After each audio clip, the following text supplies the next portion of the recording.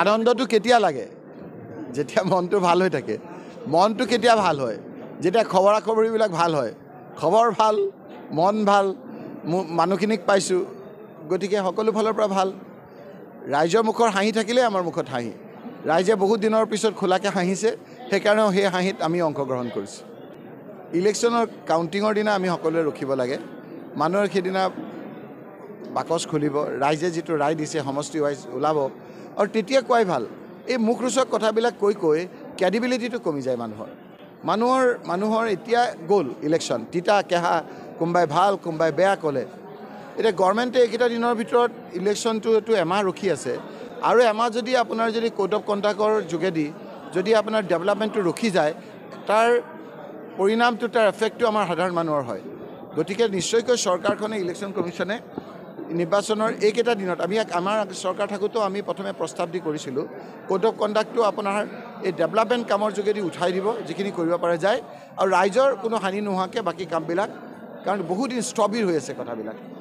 ইয়াৰ আগতে ধুবুৰীবাসী ৰাইজক বহু কন্দুৱাইছিলতো যোনে যেনেকৈ কৰিব তেনেকৈ ফল পাব যেনেকৈ কৰিছে তেনেকৈ ফল পাব মই যদি বেয়া কাম কৰিছোঁ বেয়া কাম পাম ধুবুৰীবাসী ৰাইজে হাওঁহাওঁকৈ কান্দিছিল কি কান্দিছিল কি নাই মই ইলেকশ্যনৰ সময়ত কৈছোঁ যদি আমি মানুহক কন্দুৱাওঁ সময়ত আমি কান্দিব লাগিব তাৰে পৰিণাম হৈছে এতিয়া কান্দিবলগীয়া হৈছে মানে কিছুমান মানুহে মানে ৰখি আছে সময়টোৰ কাৰণে হিমন্ত বিশ্ব শৰ্মাৰ বিৰুদ্ধে বিজেপিৰ মানুহে গুজৰি গুমৰি আছে সময়লৈ বাট চাই আছে এই মাজে মাজে এই সময়টোলৈ বাট নাচাই পেলাই তেওঁলোকৰ মুখত মনৰ কথাবিলাক ওলাই যায় বোধহয় তেখেতে এতিয়া ওলাই গৈছে কথাবিলাক মুখেৰে যে তেখেতৰ কাৰণে আমি হাৰিবলগীয়া হৈছে কেতিয়াবা মুখেৰে সঁচা কথাবিলাক ওলাই যায় কিমান আৰু আপোনাৰ আৰ্টিফিচিয়েল হৈ থাকিব গতিকে তেওঁৰ যে হিমন্ত বিশ্ব শৰ্মাৰ বিৰুদ্ধে আছে সেই কথাটোকে ওলাই গৈছে এইটো মই ভাবোঁ যে তেওঁলোকৰ ভিতৰত যিটো আপোনাৰ বিভিন্নজনৰ মাজত যিটো এটা বুবু বাবা চলি আছে তাৰে প্ৰতিফলন এইটো তেওঁ এতিয়া কৈ থৈছে কেইদিনমানৰ পিছত ক'ব মইতো নিৰ্বাচনৰ এই ৰিজাল্ট দিয়াৰ আগতে কৈ থৈছিলোঁ এখেতৰ কাৰণে আমি হাৰিছোঁ বুলি গতিকে গুজৰি গুমৰি আছে তাৰ বিস্ফোৰণ আপোনাৰ নিশ্চয়কৈ ৰিজাল্টৰ পিছত হ'ব তাৰ এটা ইংগিত আগজাননী তেওঁৰ মুখেদি নিশ্চয়কৈ ওলাইছে এইবিলাক কোনো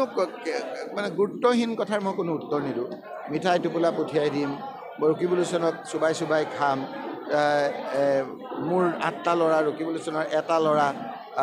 মই এইবিলাক কথাৰ কি আপোনাৰ আছে গতিকে মই মোৰ এই কথা যে কৈছোঁ এই কথা বতৰাবিলাকে মোৰ ওজনটো বুজায় যে মোৰ ৰাজনৈতিকভাৱে কেনেধৰণে মই প্ৰতিনিধিত্ব কৰোঁ কেনেদৰে কথা কওঁ মানুহৰ এইকাৰণে অসমীয়াত এষাৰ কথা আছে যে মানুহৰ মাত কথাই মানুহৰ পৰিচয়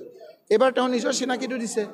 প্ৰত্যেকটো কথা বতৰাতে যিমান ফাউল কৰিছে সেই কথা বতৰাৰ ভিতৰত তেওঁৰহে চিনাকি দিছে তেওঁ কিমান ওজনৰ আৰ্টিফিচিয়েল হয় আৰু কিমান দিন থাকিব মানুহৰ চকুত এতিয়া ধৰা পৰিছে গতিকে মানুহৰ এজনে কৈছে যে আমাৰ ইয়াত চকুৰ আলি জিকিব চামগুৰিলৈ গৈছিলোঁ চকুৰ আলি জিকিব বুলি কৈছে তেওঁৰ মানুহে গতিকে মই এতিয়া কোনটো আৱেষ্টনীৰ ভিতৰত থাকোঁ মই কোনখিনি মানুহৰ লগত গধূলি কথা পাতোঁ সেই মানুহখিনিৰ মগজুৰ কথা বতৰাবিলাকে মোৰ মগজুত সোমাব গতিকে আপোনাৰ যেনেধৰণৰ তেওঁৰ আপোনাৰ লগ সংগ হ'ব সেই ধৰণৰ কথাবিলাক প্ৰতিফলন হ'ব আৰু সেই কথাবিলাক নিজৰ মুখেৰে প্ৰতিফলিত হ'ব সম্পূৰ্ণ বিফল তাৰ প্ৰতিফলন এইবাৰ আপোনাৰ দেখিব ভোটৰ বাকচত সম্পূৰ্ণভাৱে বিফল অত্যাচাৰ সহিব নোৱাৰা মানুহৰ মূল্যবৃদ্ধি মানুহে বিভিন্ন ধৰণৰ জ্বালা যন্ত্ৰণা আজিও যোৰহাটত হুলস্থুল হৈছে এনকাউণ্টাৰৰ কাৰণে মানুহক গুলীয়াই মাৰিছে অত্যাচাৰী শাসন চলিছে এই কথা বতৰাবিলাকত মানুহ অতিষ্ঠ হৈছে তাৰে প্ৰতিফলন ঘটিছে এতিয়া মানুহে 26লৈ বাটেই চাব খোজা নাই চামগুৰিত কাৰ পক্ষত যায় ইমান বদৰুদ্দিন আজমল ডাঙৰীয়াৰ UDFটো যে ডাংকোপ মাৰি আছিল ইয়াততো নাইকিয়াই হ'ল মই ভাবোঁ যে চামগুৰিত আপোনাৰ মই যেতিয়া ভোট দিবলৈ আহিছিলোঁ ইয়াত হাতৰ চিনটোৱে বিচাৰি পোৱা নাছিলোঁ ইমানকৈ মানুহে টিপিলে লেতেৰা কৰি দিলে গতিকে ইয়াত ৰেকৰ্ড সংখ্যক ভোটত প্ৰদ্যুৎ বৰদলৈ জিকিব সেই কথাটো আমাতকৈ ইণ্টেলিজেন্সৰ ৰিপৰ্টৰ যোগেদি আমাৰ সেই সাহস পক্ষই বেছি ভালকৈ জানে এইটো টেম্পু ভৰাই টকা লৈছে তেওঁ এতিয়া মোক আপোনালোকে অহাৰ লগে লগে ক'লে যে আপোনাৰ মুখখন ধুনীয়া ধুনীয়া লাগিছে আগতকৈ প্ৰফুল্ল লাগিছে নৰেন্দ্ৰ মোদী ডাঙৰীয়া মুখখন দেখিবচোন কথা বতৰাবিলাক কেনেধৰণৰ হৈ গৈছে এইকেইটা দিন ৰাহুল গান্ধীয়ে স্পষ্টভাৱে কৈছে যদি তেনেধৰণৰ কথা আছে আপোনাৰ তাত ED আছে CBI আছে আমাক ইনকুৱাৰী নকৰে কিয় তাৰমানে তেওঁতো স্বীকাৰেই কৰিলে যে আদানী আম্বানীৰ যোগেদি যে তেওঁ জীয়াই আছিলে এই কথাবিলাক এতিয়া আদানী আম্বানী যে ঠিক নহয় সেই কথাটো তেওঁৰ মুখৰে ওলাইছে ওলোৱা নাই জানো ইমান দিন আদানী তেওঁতো নিজৰটো ডিনাই কৰা নাই, আমাৰটোতো ডিনাই কৰিছে যে আমাক ইনকুৱাৰী কৰক, নিজৰটো স্বীকাৰ কৰিছে। নৰেন্দ্ৰ মোদী ডাঙৰীয়াই নিজৰটো স্বীকাৰ কৰিছে যে আদানী আম্বানীয়ে মোক সহায় কৰাটো হয়। এতিয়া কংগ্ৰেছক সহায় কৰা বুলি কৈছে। কংগ্ৰেছটো আমি পোনচাতে নস্বাত কৰিছোঁ, নাকচ কৰিছোঁ। আমি কৈছোঁ আপোনাৰ ED আৰু CBIৰ যোগেদি আমাক ইনকুৱাৰী কৰক। কিন্তু তেওঁতো নিজৰটো স্বীকাৰ কৰিলে, সেইটো কি কয় তেওঁ?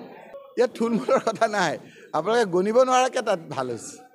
সাধাৰণ মানুহে গণিব নোৱাৰাকৈ এইটো ৰিজাল্ট মই দিব লাগে নেকি? মই ধুবুৰীৰ পৰা আহি থাকোঁতে দেখোন বাটতে ৰিজাল্ট চবেই দি দিলে। ৰিজাল্টটো বিজেপিৰ মানুহে দি আছে, আমালৈ থোৱাই নাই। যোনে যেনেকৈ পাইছে তেনেকৈ দি আছে। মই আকৌ সংখ্যাটো তেনেকুৱা আগতে মই তেনেকৈ নকওঁ। মোৰ চামগুৰিত এটাই হিচাপ কৰে, হিচাপ কৰি মানুহে কয়, এইবাৰো মানুহে কৈছে। গতিকে তেওঁ আপুনি ভাবিব নোৱাৰাকৈ আপোনাৰ ৰাইজে ভোট দিছে, ভাবিব নোৱাৰাকৈ দিছে। এটা কেৱল হ'লে মই ক'ম আপোনালোকক, যেতিয়া বিজেপি জিকে, বিজেপিৰ হাৱা হয়, তেতিয়া কয় যে হিমন্ত বিশ্ব শৰ্মাৰ কাৰণে জিকিলে। আৰু যেতিয়া আমি কৰ্ম কৰাৰ কাৰণে আমি ৰোজা মাহৰ লগনে থাকি বিভিন্ন ধৰণৰ বাতাবৰণ সৃষ্টি কৰি চামগুৰিলৈ আহি ইয়াত মিটিং কৰি ইয়াত ষ্ট্ৰেটেজি কৰোঁ, তেতিয়া কয় যে নহয় কংগ্ৰেছৰ কাৰণে ভাল কাৰণেই ৰকিবুল হুছেইনে কৰিছে। এইটোৱে আৰু এইটো এটা আছেই, মানুহে তেনেকৈ কথাবিলাক কয়। এতিয়া যদি এই মুখ্যমন্ত্ৰীক বিজেপিয়ে এইকেইটা দিনৰ ভিতৰত আঁতৰাই দিয়ে, তেতিয়া অকণমান অলপ কিবা এটা তেওঁলোকে যুঁজাৰ ক্ষমতাটো ৰাখিব। আৰু যদি তেওঁক ৰাখেই, মইতো বাৰে বাৰে কৈছিলোঁ মাননীয় মুখ্যমন্ত্ৰী ডাঙৰীয়া অলপ ধুবুৰীলৈ আহক না, আপোনাক মানুহে ইমান বেয়া পায়, আপোনাক দেখাৰ লগে লগে মোৰ 1 লাখ ভোট বাঢ়ি যাব। আৰু যদি সময় নাপায় হেলিকপ্টাৰৰ পৰাই মুখখন দেখাবৰ কাৰণে অনুৰোধ কৰিছিলোঁ। তেওঁ গ'লে বোলে বহুতে ভয় কৰে, মইতো তেখেতক স্বাগতম জনাইছিলোঁ, আহক ধুবুৰীলৈ।